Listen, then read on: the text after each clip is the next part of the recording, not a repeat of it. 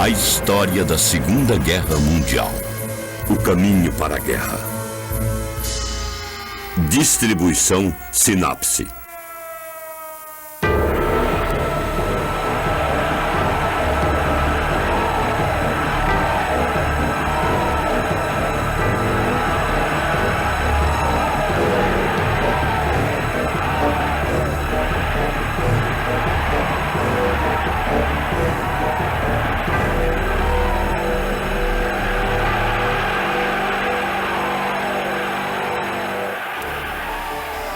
É fácil olhar para o passado, estudar a história da guerra e descobrir relatos dramáticos de façanhas heróicas, proezas ousadas, megalomaníacos do mal e ditadores cruéis.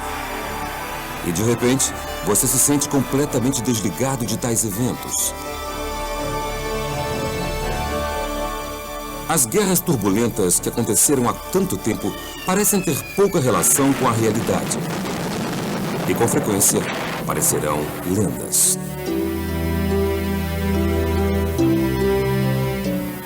Se você considerar os conflitos da Grécia Antiga, as batalhas de Troia ou as conquistas de Alexandre o Grande na dominação do mundo, o que sabemos hoje geralmente é devido mais às interpretações recentes de cineastas. A guerra é para os heróis, a glória e as histórias grandiosas. E, invariavelmente, os verdadeiros horrores do conflito humano se perdem na história. E mais, o velho provérbio de que a história é escrita pelos vencedores é extremamente correto, ou era, até o uso mais amplo da fotografia se desenvolver no curso do século XX, pintando uma imagem bem diferente.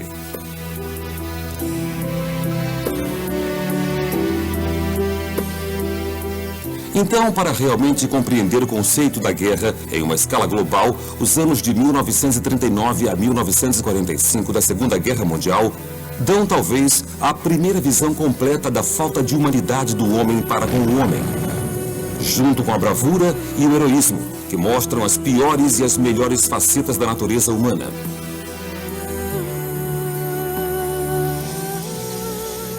Incrivelmente, há imagens de arquivo de cada estágio desse conflito, e quando pensamos nos eventos da Segunda Guerra Mundial cronologicamente, essa série de programas vai fornecer uma linha do tempo definitiva. Esse é o passado com o qual realmente podemos nos identificar, revelando uma história cheia de sobreviventes que ainda contam histórias de camaradagem, dificuldade, sofrimento e, infelizmente, da futilidade da batalha.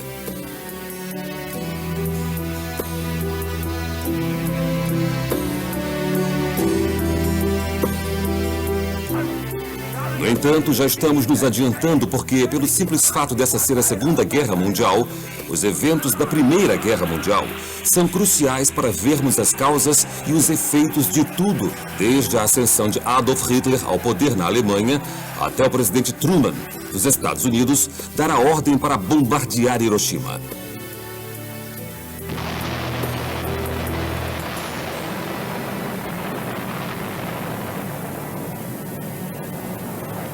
A Primeira Guerra Mundial, que aconteceu entre os anos de 1914 e 1918, geralmente é chamada de a Grande Guerra, apesar de ter havido pouca coisa grandiosa nela.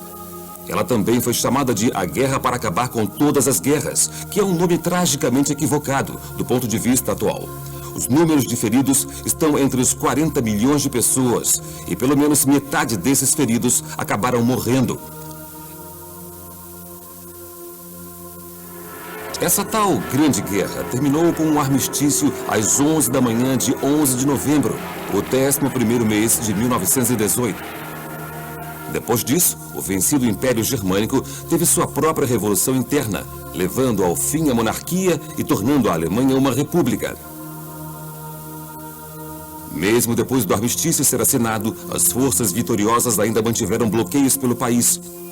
Isso reduziu bastante as importações e exportações, o que pouco ajudou a Alemanha em sua reconstrução. Em 1919, representantes de todo o mundo se encontraram em Paris para restaurar um sentido de ordem, harmonia e unidade mundial. O objetivo principal era evitar que outra guerra dessas proporções acontecesse de novo, e a Liga das Nações foi formada.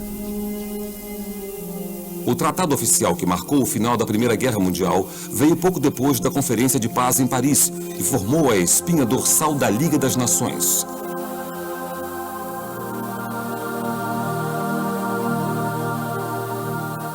O Tratado de Versalhes foi escrito pelos vitoriosos aliados e assinado por todas as partes em 28 de junho de 1919.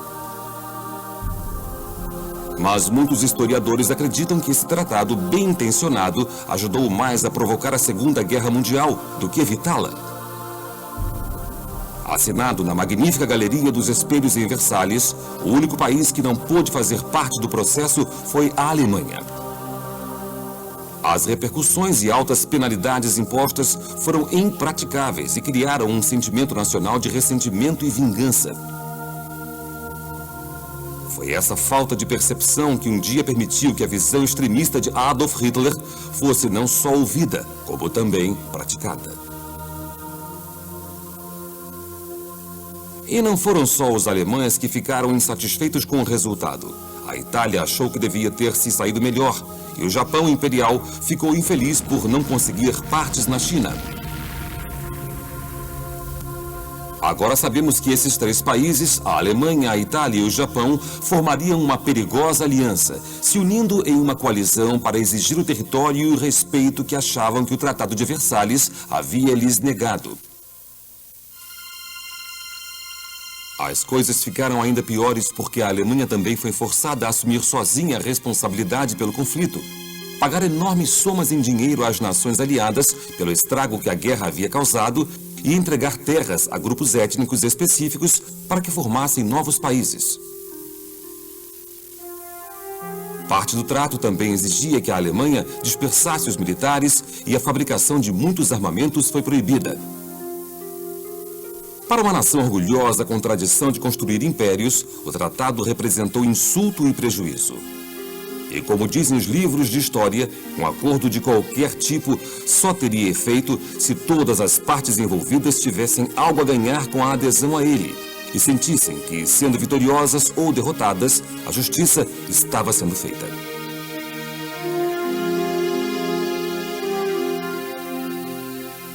No final da Primeira Guerra Mundial, a maioria das nações envolvidas e seus cidadãos desenvolveram uma mentalidade pacifista, que não queria vivenciar os horrores da guerra novamente.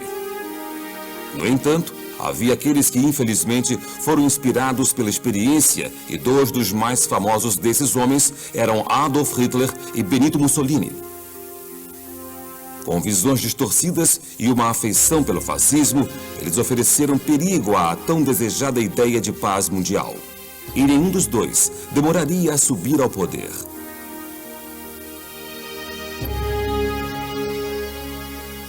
Em 1919, imaginava-se que todos os estados europeus no futuro seriam democráticos na estrutura e, portanto, teriam a mesma opinião e seriam amantes da paz para fazer a máquina da Liga das Nações funcionar efetivamente. Mas isso seria bem mais um sonho que uma realidade.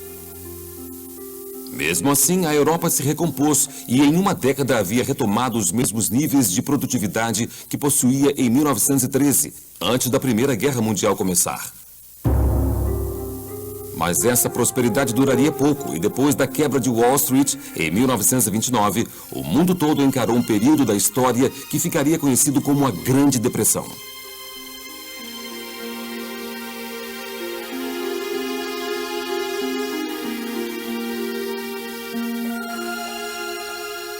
Para o povo alemão, já atingido fortemente pela grande dívida da guerra trazida pelo Tratado de Versalhes, esse foi um golpe terrível em sua economia, já aos pedaços. No entanto, o que era má notícia para o alemão comum nas ruas foi bastante vantajoso para Adolf Hitler, e ele foi rápido em aproveitar a chance de subir ao poder.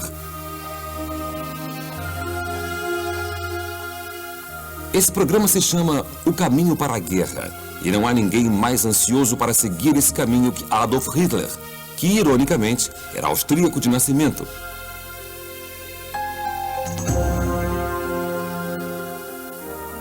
Na Nascido em 20 de abril de 1889, na pequena cidade de Braunau am Inn, filho de Eloi e Clara Hitler, Adolf se saía muito bem na escola e perdeu os pais enquanto ainda era jovem e se viu sozinho em Viena, lutando para sobreviver no mundo como artista.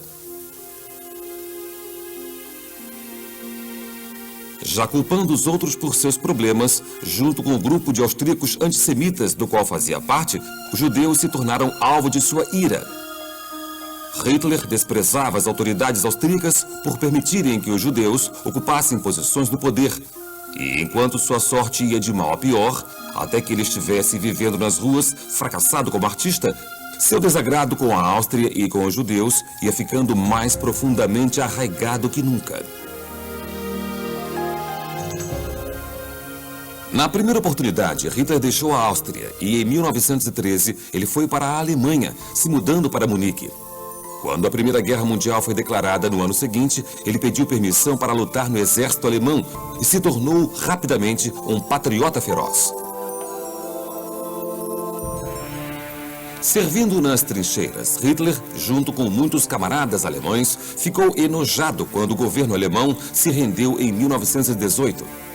E depois da guerra, se uniu a eles para lutar pelo retorno de sua terra adotiva a uma posição de poder.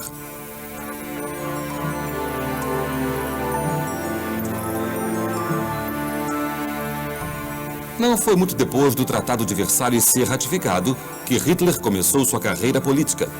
Falando em uma reunião do Partido dos Trabalhadores Alemão, sua oratória foi logo percebida. Ele rapidamente assumiu o partido, que ficou mais conhecido como Partido Nacional Socialista Alemão dos Trabalhadores, e os nazistas estavam a caminho.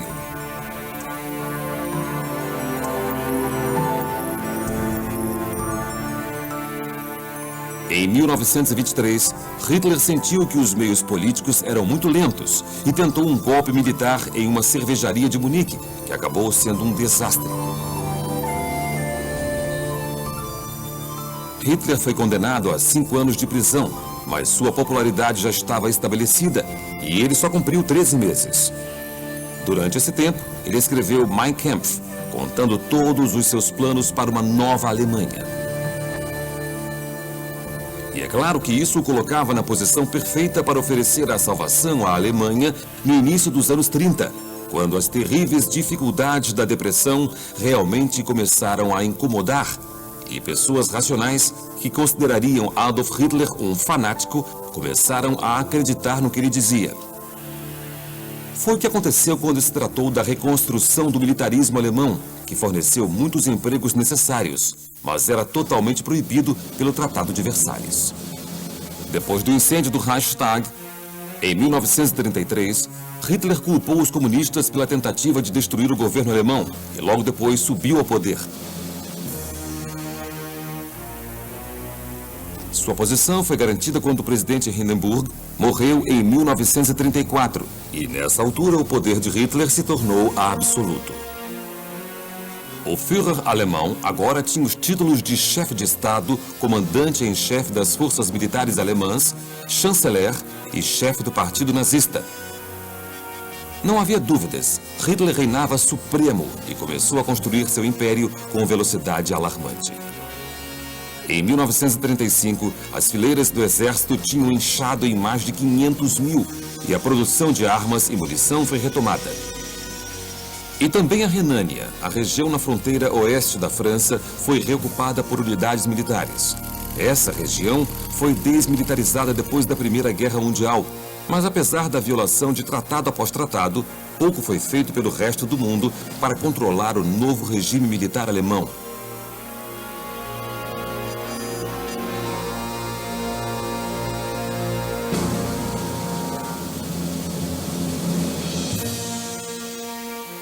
Apesar da ameaça que Hitler agora representava, os ingleses e os franceses não agiram. Na verdade, Hitler estava bastante vulnerável nessa altura, mas os aliados não perceberam. Evidentemente, ganhando confiança, Hitler começou a acelerar o processo e antes que houvesse chance de alguém fazer qualquer coisa, os nazistas marchavam pela Europa. Quando, em um congresso nazista em Berlim, Hitler anunciou suas intenções de marchar para a Tchecoslováquia, a comemoração foi enorme. E em 1938, o novo primeiro-ministro britânico Neville Chamberlain foi forçado a fazer algo a respeito da agressão alemã. Mas Hitler pôde ganhar tempo, porque Chamberlain era totalmente contra a guerra, inclinado a pagar qualquer preço para não lutar. Em setembro, ele voou para Munique para encontrar Hitler, o líder italiano Mussolini e o premier francês Édouard Daladier.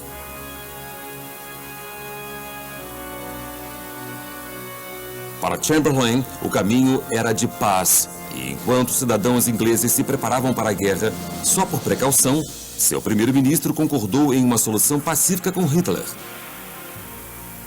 Abrindo mão ao ditador alemão de algumas terras na Tchecoslováquia, ele não entregaria mais nada. E quando o Tratado de Munique foi assinado, Chamberlain voltou para casa triunfante, dizendo que carregava um papel que assegurava a paz e não a guerra. Chamberlain foi recebido como herói, mas o colega Winston Churchill não estava convencido. Ele disse que a Grã-Bretanha e a França tinham que escolher entre a guerra e a desonra. Para Churchill, ambas as nações tinham escolhido a desonra e ele previu que haveria guerra. Então, em 15 de março de 1939, sem aviso, os nazistas marcharam para a Tchecoslováquia. E quando Praga caiu, os piores medos de Winston Churchill se mostraram bem fundados. E Chamberlain teve que encarar o horror do que viria pela frente. Com grande velocidade, Hitler olhou para a vizinha ao leste da Alemanha, a Polônia. Mas com o real perigo de os russos atacarem seus soldados nazistas, ele tinha que planejar seu próximo passo com muito cuidado. Apesar de aliados e improváveis, Hitler firmou um pacto de não agressão com o líder russo Joseph Stalin. E o caminho para a guerra estava aberto. Não havia dúvidas de que os ingleses e os franceses se veriam obrigados a ajudar a Polônia se houvesse uma invasão alemã por causa dos pactos já existentes.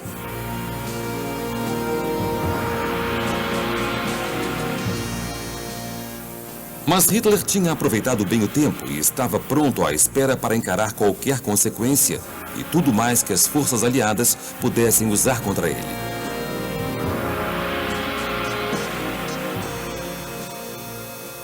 Nas primeiras horas da manhã de 1º de setembro de 1939, uma força alemã enorme de mais de 1 milhão de soldados, apoiada pelas aeronaves táticas e pelas divisões de tanques Panzer em terra, foi mobilizada e invadiu a Polônia usando uma Blitzkrieg de 3 frentes. O termo Blitzkrieg significa simplesmente ataque relâmpago.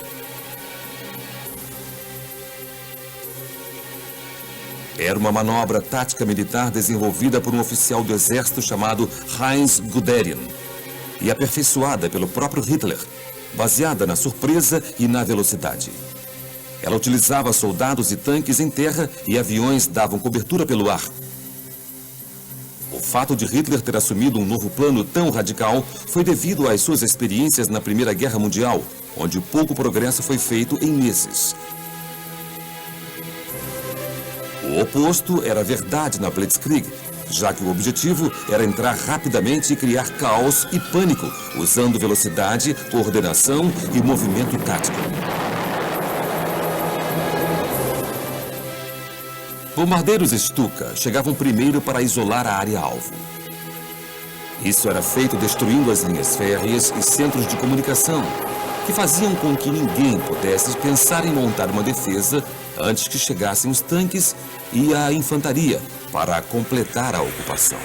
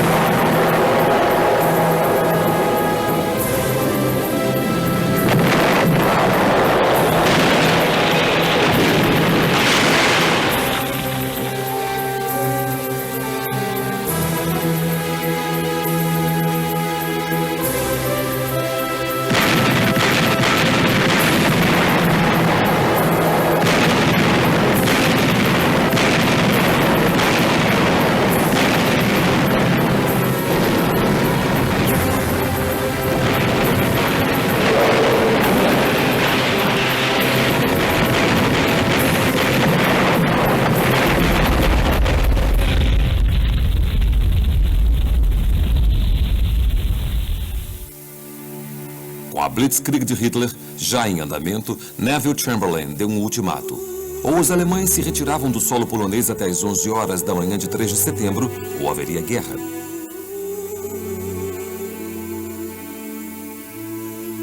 Quando Hitler não deu resposta, 15 minutos depois do fim do prazo, Chamberlain anunciou à nação que a guerra havia sido declarada.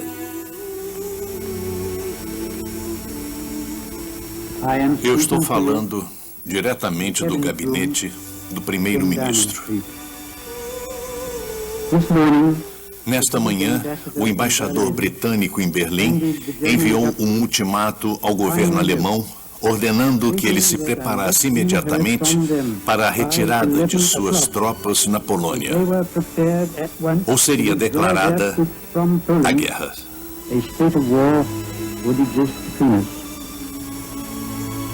Devo dizer agora que nenhuma resposta foi dada ao governo britânico e, portanto, este país está em guerra com a Alemanha.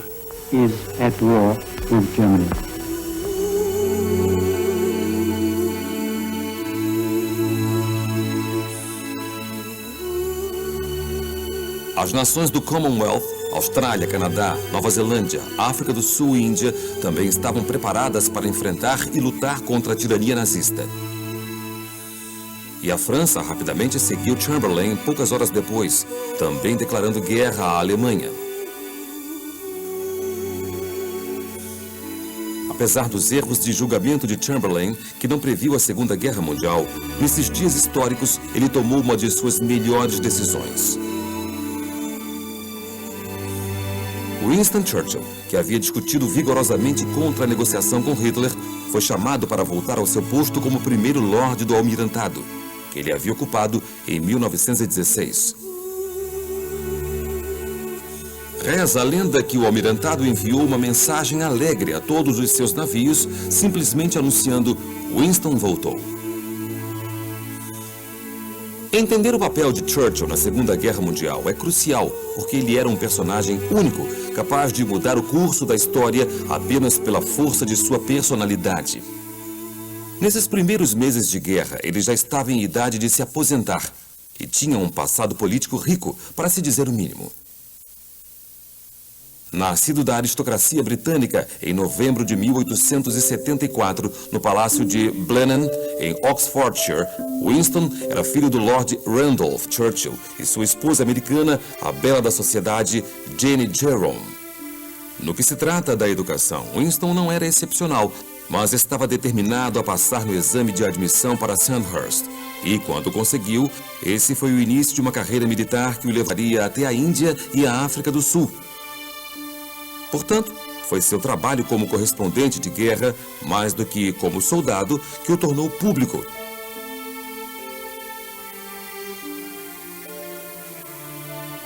Quando ele voltou à Grã-Bretanha, decidiu seguir os passos do pai e entrou para a política. E foi assim que chegou a primeiro Lorde do Almirantado durante a Primeira Guerra Mundial. E, infelizmente, seu estilo franco fez com que ele se tornasse o bode expiatório do desastre em Galípoli, onde muitos soldados britânicos e do Commonwealth morreram, forçando Winston a recuar na Câmara dos Comuns.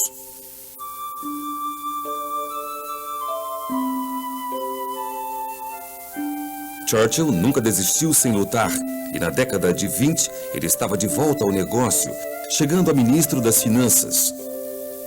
Mais uma vez, suas opiniões francas causaram problemas, e quando os anos 30 viram Hitler chegar ao poder, Winston definitivamente estava em seus anos de ostracismo.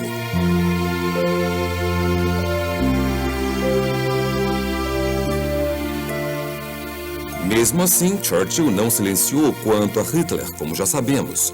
Avisou ao mundo todo sobre o que poderia acontecer se não agissem imediatamente. Consequentemente, quando assumiu seu posto no Almirantado, o povo britânico olhou para o homem que tinha previsto o que Hitler faria e esperou grandes coisas dele. E nunca foi mais importante que um líder dos homens surgisse, porque no mesmo dia em que Churchill assumiu o comando da divisão naval de guerra, um submarino alemão torpedeou um navio de passageiros britânico que levava mais de 1000 pessoas de Glasgow ao Canadá, dentro das quais 300 eram americanas. O navio chamado de Athenia afundou, matando 118 civis que estavam a bordo. O comandante do submarino, tenente Fritz Julius Lamp, sem dúvidas, sabia das regras da Convenção Internacional Marítima, que dizia ser ilegal abrir fogo em navios de passageiros ou de carga. Sem aviso, ele atirou 2 torpedos, mergulhou e depois voltou à superfície para atirar um último torpedo. No entanto, é provável que ele tenha confundido a Athenia com um navio de guerra. E sua recusa em oferecer ajuda enquanto mantinha o rádio em silêncio agravou o erro, enquanto o submarino rapidamente saía de cena. Quando se espalhou pelo mundo a notícia do destino do Athenia, nas 24 horas seguintes, todos que a ouviam ficaram revoltados. Na verdade, a primeira coisa que Adolf Hitler fez foi negar saber do incidente, enquanto ordenava que o livro de registro do submarino fosse reescrito, e Joseph Goebbels, o ministro da propaganda nazista, dizia ter sido um torpedo de um submarino britânico que atingiu a Athenia. Depois, ele disse que tudo era um golpe publicitário de Winston Churchill para desacreditar a Alemanha e levar os Estados Unidos à guerra, provando, sem dúvidas, que o novo primeiro Lorde do Almirantado já criava boatos. Enquanto a batalha pela supremacia no mar começava fervorosa, o primeiro ataque aéreo britânico, cortesia da RAF, foi feito em 4 de setembro, mas nem tudo foi de acordo com os planos. Os aviões se perderam, foram atingidos, e como o submarino de Lamp, atacaram o navio errado. E ainda pior, do país errado. De 29 bombardeiros que espalhariam medo e terror nas bases navais alemãs, apenas 8 conseguiram fazer isso. 2 dias depois, outro desastre atingiu a RAF quando um falso alerta de ataque aéreo incitou vários Hurricanes e Spitfires a tomar os céus e a acabar atirando uns nos outros sem nenhum avião inimigo à vista. Mas no jogo da guerra, apenas uma semana depois, houve sucesso para os britânicos quando o primeiro submarino alemão foi destruído e afundado por um destroyer britânico. Qualquer comemoração seria tristemente breve, porque em 17 de setembro, o Courageous foi afundado na costa da Irlanda por um submarino em retaliação, tirando as vidas de 500 homens da tripulação do porta-aviões. Tem que estar bem na mira. Vai entrar no alvo. Fogo!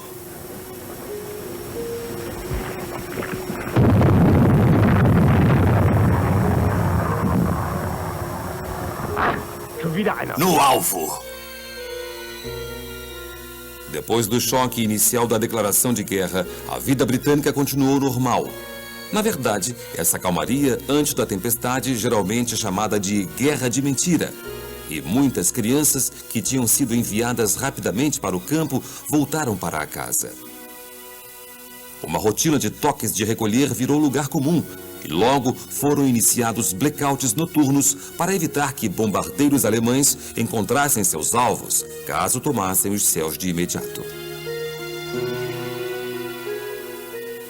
A iluminação pública também foi desligada e motoristas não podiam usar seus faróis, o que resultou em vários feridos em acidentes de carro. No entanto, para o povo da Polônia, foi uma história bem diferente. E o horror de que eram capazes os soldados comandados por Hitler logo ficou evidente.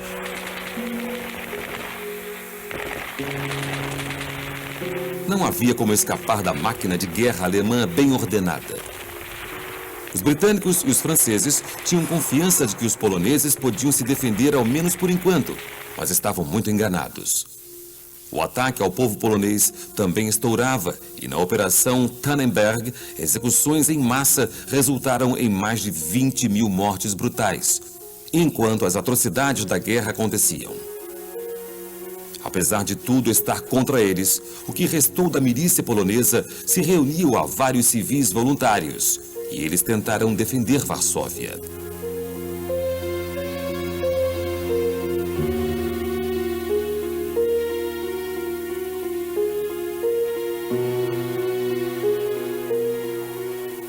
Mas o pior ainda estava por vir. E em 17 de setembro, o Exército Vermelho Soviético invadiu a Polônia pelo leste com 40 divisões, chegando a 800 mil homens, tornando impossível qualquer esperança da Polônia resistir aos ataques de ambos os lados. Os russos receberam promessas de terras como parte do acordo de não agressão de Hitler, e Stalin estava determinado a exigir o que ele acreditava que a Rússia merecia. Em um golpe de sorte, membros da agência de codificações polonesa, armada com conhecimento interno do código Enigma, usado pelos alemães em muitas de suas comunicações, conseguiu escapar das garras de invasores russos com 2 máquinas Enigma. Quando chegaram em segurança em Paris, em 1º de outubro, a recepção foi calorosa e por um bom motivo. Essas máquinas Enigma eram usadas para codificar e decodificar mensagens secretas. E apesar de terem uso comercial nos anos 20, durante a Segunda Guerra Mundial, elas foram adotadas pelos militares alemães. Apesar das verdadeiras implicações dessa fuga não serem totalmente notadas por algum tempo, as informações retiradas dessa fonte, apelidada de Ultra, seria de ajuda significativa ao esforço de guerra aliado.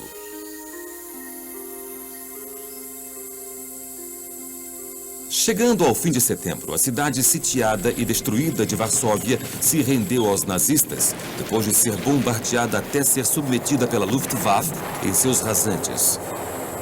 Não havia descanso para a Polônia, já que essa era uma das mais fortes, mais avançadas e mais experientes forças aéreas do mundo no período da guerra em 1939. Oficialmente revelada em 1935, em direta violação ao Tratado de Versalhes, seu propósito era apoiar a Blitzkrieg de Hitler pela Europa. A aeronave que servia na Luftwaffe era de nova geração e bastante superior ao que a maioria dos países tinha nos anos 30. Sob tal pressão, foram apenas 2 dias para que a Polônia se rendesse incondicionalmente em 27 de setembro.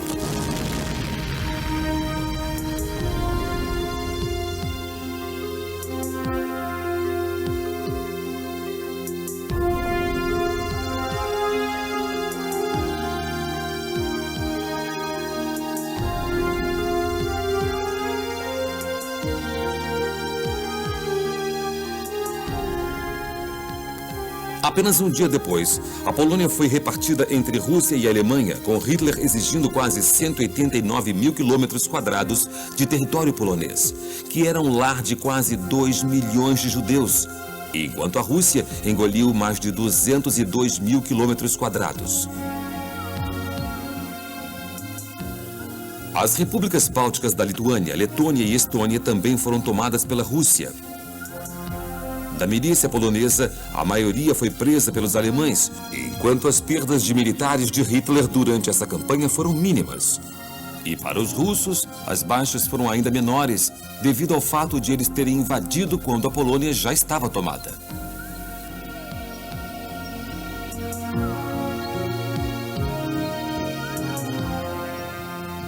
Durante os primeiros dias de outubro, o tratamento de Adolf Hitler aos poloneses vencidos foi estarrecedor, já que seu plano de expulsar ou matar o máximo possível foi posto em prática. Eles eram, em suas palavras, uma população estranha, perigosa ao Reich, e mesmo nesse estágio inicial, as atrocidades cometidas em nome da pureza racial eram revoltantes. Mas o programa de extermínio apelidado de Action T4 não se aplicou só à Polônia. Na Alemanha, o que começou bem cedo com a eutanásia obrigatória de idosos e doentes mentais, foi estendida quando o plano do mal de Hitler, de uma nação ariana, também começou a se concentrar nos recém-nascidos e nas crianças pequenas. Era dever de médicos e parteiras registrar qualquer criança nascida com qualquer tipo de deficiência, para que os oficiais de Hitler decidissem quem viveria e quem morreria. Questionários também eram enviados a qualquer um que não tivesse cidadania alemã ou não tivesse sangue alemão. E quando o regime de terror de Hitler se espalhou pelos territórios que ele conquistou, seu próprio povo sofreu horrores iguais.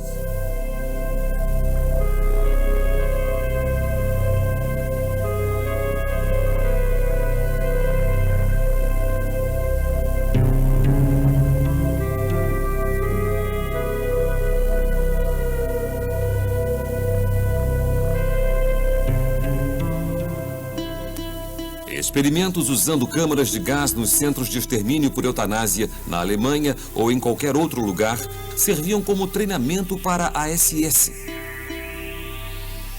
Essa elite nazista, basicamente a guarda judicial do Führer, implementou a solução final do genocídio de Hitler e, sob o comando de Heinrich Himmler, ganhou força rapidamente. É interessante que, apesar do extermínio de judeus pela SS ser mais conhecido, comunistas, grupos étnicos, homossexuais e até os maçons eram alvo da mesma forma.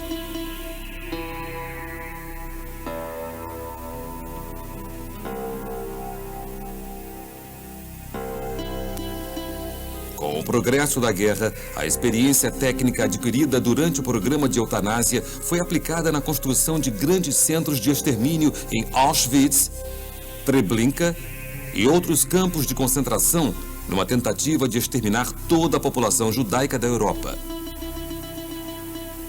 E dos aproximadamente 6 milhões de judeus europeus assassinados durante o Holocausto, muitos deles eram poloneses.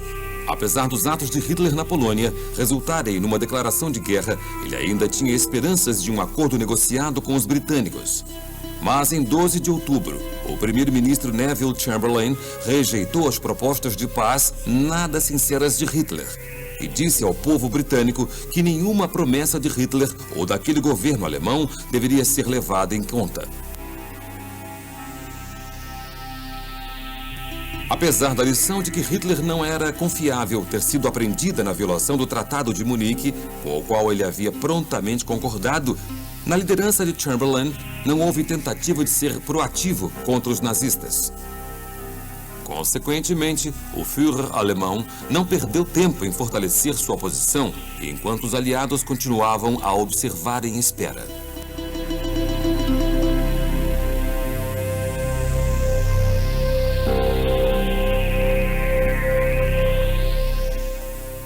Enquanto isso, na Polônia, tudo se deteriorava, com os nazistas concentrando seus esforços na reunião da população judaica e seu envio a campos de trabalho forçado ou ao confinamento em um gueto de Varsóvia, criando leis cada vez mais restritivas e sem propósito para eles. Por exemplo, o uso de um chapéu de feltro seria punido com morte. E é difícil imaginar o terror que esse tipo de perseguição gerava.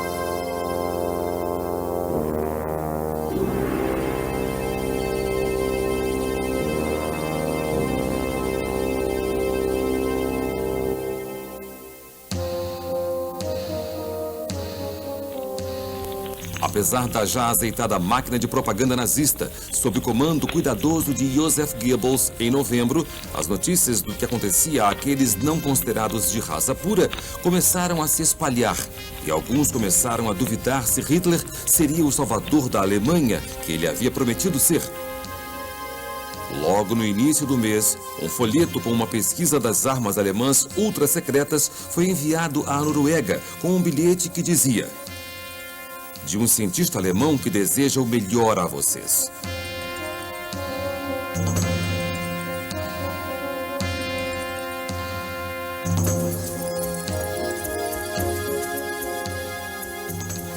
Então, alguns dias depois, ocorreu a primeira de várias tentativas de assassinato de Adolf Hitler. Essa foi na mesma cervejaria onde Hitler havia tentado seu golpe militar anos antes. E, ironicamente, foi tão desastrosa quanto. A bomba, que podia ter acabado com a Segunda Guerra Mundial antes mesmo dela ter chance de começar, foi detonada 20 minutos depois que o Führer tinha saído e 8 pessoas foram mortas na explosão.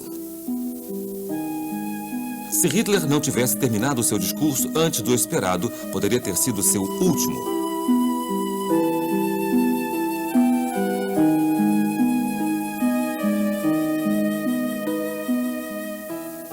O homem responsável pela bomba, George Elser, foi preso enquanto tentava cruzar ilegalmente a fronteira para a Suíça, enquanto Hitler ainda discursava. Ele parece ter agido sozinho, furioso com o fato do povo alemão ter perdido tanta liberdade pessoal, já que até a educação das crianças foi tirada de seus pais e entregue a instituições como a juventude hitlerista.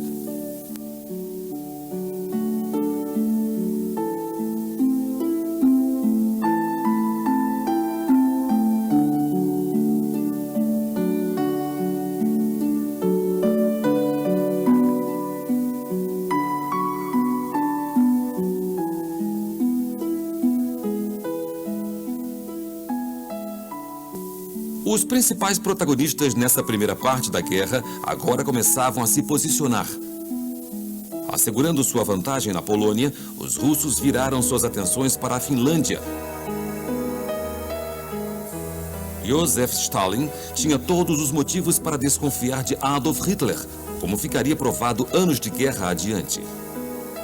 E apesar do pacto de não agressão entre eles permitir que a Alemanha invadisse a Europa, Stalin também tinha seus objetivos. A Rússia também estava de olho nos aliados e a Finlândia daria a eles apoio tático, protegendo Leningrado, atual São Petersburgo, que Stalin via como uma cidade vulnerável de qualquer exército que pudesse tê-la em vista.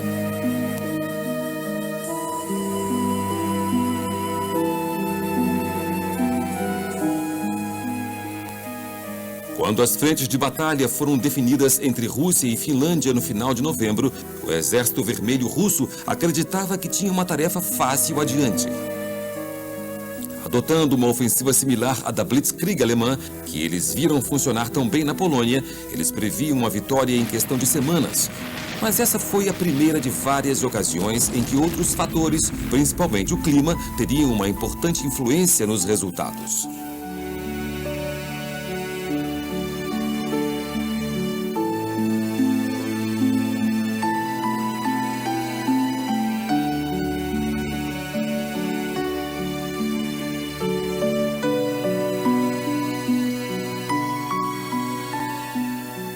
Sendo a Finlândia relativamente pouco populosa, ela lutou para reunir um exército grande o suficiente para defendê-la dos russos, que tinham o que parecia ser um suprimento ilimitado de soldados. Mesmo assim, as tropas finlandesas conseguiram usar seu terreno hostil em seu favor. Eles estavam acostumados às florestas e regiões cobertas por neve de sua terra natal. E apesar de em menor número que os russos, sua determinação em defender seu país era furiosamente patriótica.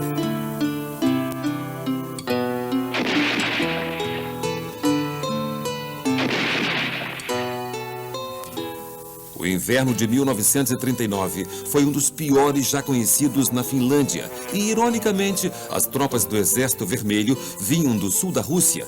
Então, o clima frio as deixava bastante vulneráveis.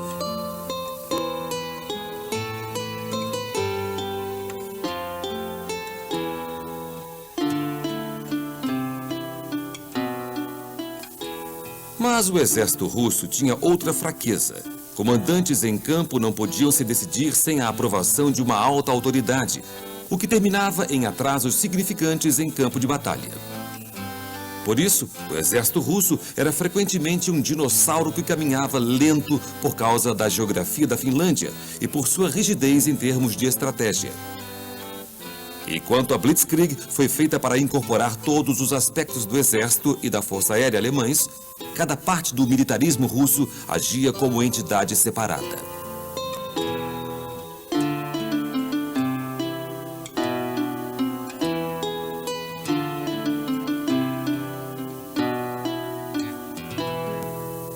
Os russos não tinham roupas de camuflagem brancas e seus veículos não suportavam as condições congelantes. Muitas partes da fronteira de 965 quilômetros eram simplesmente insuperáveis. Então, os finlandeses previram as rotas desde os estágios iniciais da invasão.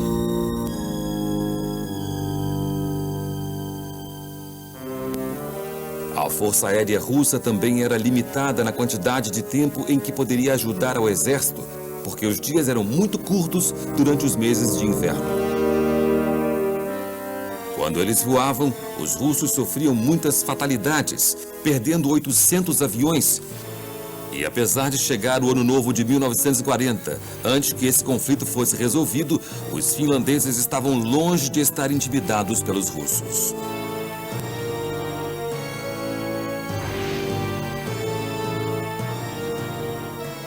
Na Grã-Bretanha, durante dezembro, o limite de idade para o alistamento aumentou 2 vezes em 2 semanas, com homens entre 19 e 41 anos convocados para as Forças Armadas.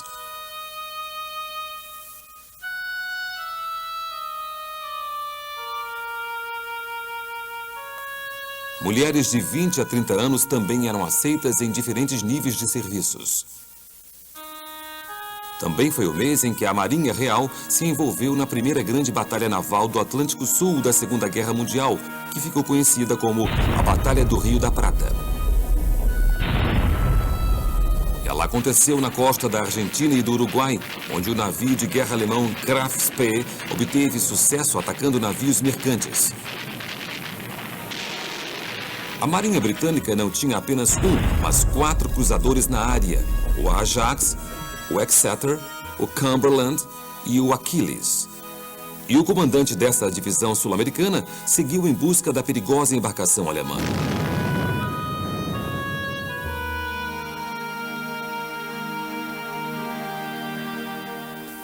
O Tratado de Versalhes proibiu os alemães de construírem navios de batalha grandes e clássicos, quando a nação foi forçada a desarmar e parar a produção militar.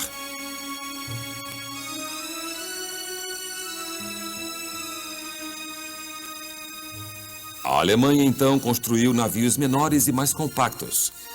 E o Graf Spee, comissionado em 1936, era rápido o suficiente para chegar antes de muitos navios de guerra. E, por ter sido armado o suficiente, era um inimigo potente.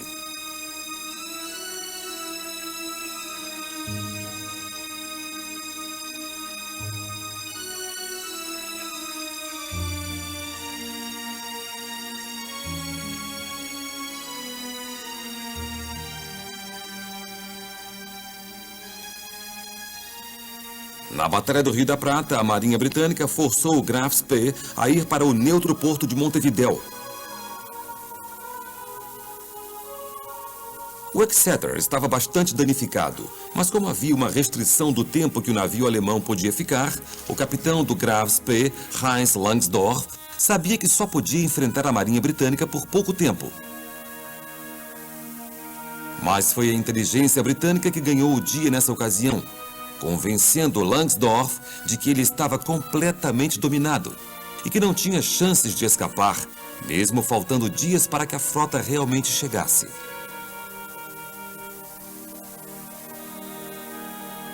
O capitão alemão salvou as vidas de sua tripulação, decidiu afundar o navio e 3 dias depois cometeu o suicídio para provar que não era covarde. Ironicamente, todos os marinheiros britânicos capturados por Langsdorff disseram ter sido extremamente bem tratados por ele e que era, sem dúvidas, um homem honrado, mesmo que alguns historiadores questionem seu julgamento. Ainda eram os primeiros dias da guerra e nem toda a ação estava em postos de batalha. Na Liga das Nações, os atos dos russos contra os finlandeses fizeram com que fossem expulsos. A Organização de Paz Internacional ainda acreditava que havia chance de diplomacia, mas com indivíduos determinados como Stalin e Hitler para tentar controlar, havia pouco espaço para manobras ou racionalidade.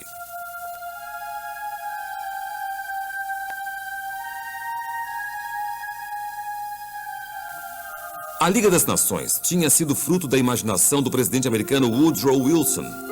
E apesar de sua motivação ser louvável, na prática, o conceito estava repleto de dificuldades. A Liga nasceu com a exaltada missão de impedir uma outra grande guerra, mas provou não ter efeito. não conseguindo proteger a China da invasão japonesa ou a Abissínia da invasão italiana.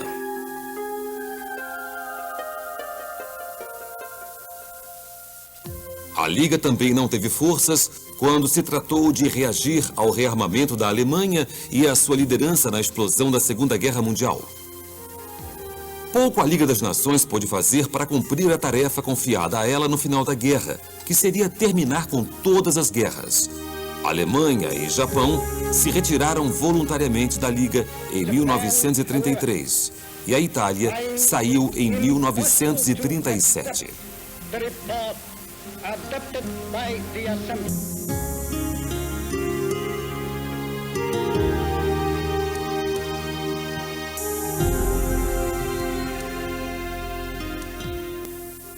A característica imperial da Rússia ficou logo aparente com sua ocupação do leste da Polônia em setembro de 1939, quando a Lituânia, a Letônia e a Estônia foram aterrorizadas para que assinassem um pacto de mútua assistência, que deu a Stalin bases aéreas e navais em posições estratégicas. Mesmo assim, foi a invasão à Finlândia, onde nenhuma provocação ou pacto poderia justificar a agressão, que resultou em condenação mundial.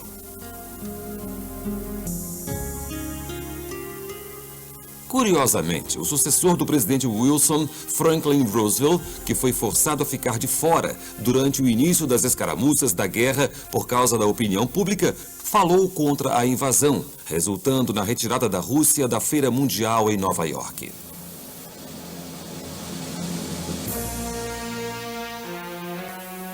E o próximo passo foi a Liga das Nações expulsar os russos. Enquanto o mundo encarava o conflito global que nenhum grupo de pacificadores esperava pacificar, a organização nascida com tantas boas intenções encarava sua própria conclusão.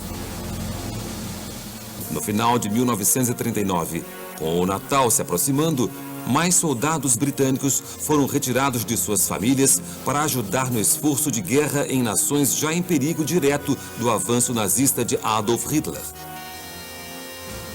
O Commonwealth somou ao número disponível de homens mais de 7.000 soldados canadenses chegando na Grã-Bretanha, prontos para engordar as fileiras, enquanto soldados da Índia foram enviados à França. Enquanto os pensamentos se voltavam para o Natal e a vinda do novo ano, tudo o que eles temiam desde que Hitler começou a fazer sentir sua presença no início dos anos 30 começava a acontecer. Esses poucos meses foram mesmo a calmaria antes da tempestade. E enquanto Neville Chamberlain e seu governo assistiam o que Hitler faria a seguir, Winston Churchill discursava contra a passividade britânica mais uma vez. Para o primeiro Lorde do Almirantado, a melhor maneira de se defender era atacar. E Chamberlain estava na linha de fogo junto com Adolf Hitler.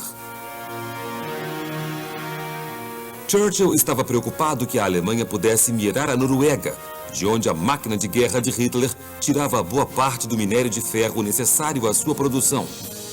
Mas foi como se as lições de 1938 e do Tratado de Munique tivessem sido esquecidas por Chamberlain, já que os avisos de Churchill foram mais uma vez ignorados e os primeiros meses de 1940 estavam prestes a ser bastante interessantes.